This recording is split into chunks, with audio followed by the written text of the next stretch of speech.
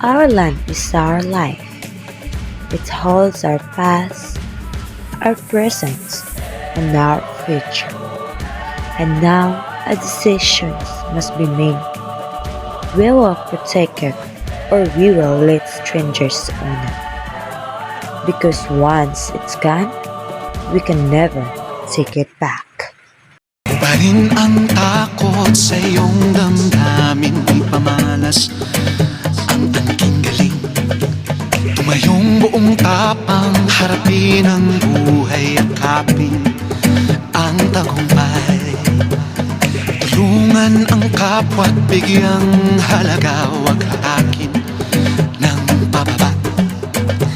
Isipin wag sana ang sarili lang, pakisama't bayanihan. Subukan nating isulong at ligawan ang magandang bukas. Ikaw at ako magkasama tayo, salubungin ang kinabukasan.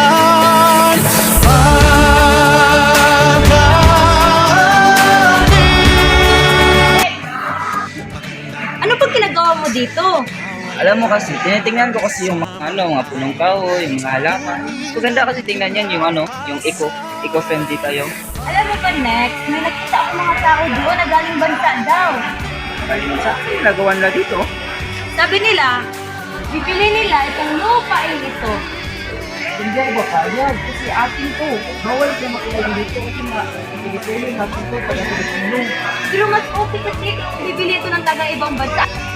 Alam mo ba, ang ipapatayo nila dito ay isang mall, malaking mall.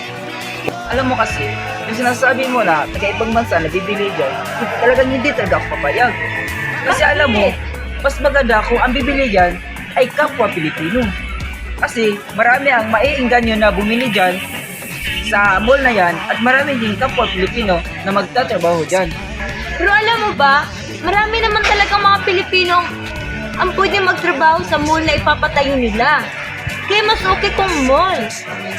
Alam ko namang maganda yung idea mo, pero para sa akin, mas maganda talaga yung mall. Basta talaga paglalaban natin ang kagustuhan ng ibang bansa, ng taga-ibang bansa, o kagustuhan ng Nabukasan,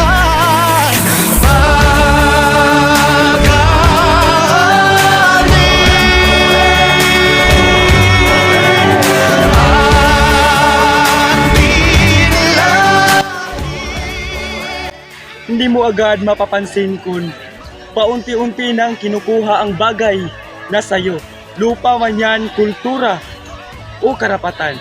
Kapag sing ang mamamayan, kapag hindi tayo tahimik, maaari pa nating protektahan kung ano ang tunay na atin. Hindi masama ang tumanggap ng tulong, pero mas mahalaga pa rin na tayo ang hawak ng diretsyon sa sarili nating bayan. Kala ko dati sapat na ang trabaho at proseso. Pero ngayon, naiintindihan ko ang tunay na pag-unlad. Hindi lang nasusukat sa pera, kundi sa dignidad ng bawat Pilipino. Ang bayan ay para sa sambayanang Pilipino. Hindi para ibenta, kundi para ingatan. sa makapako. Panahon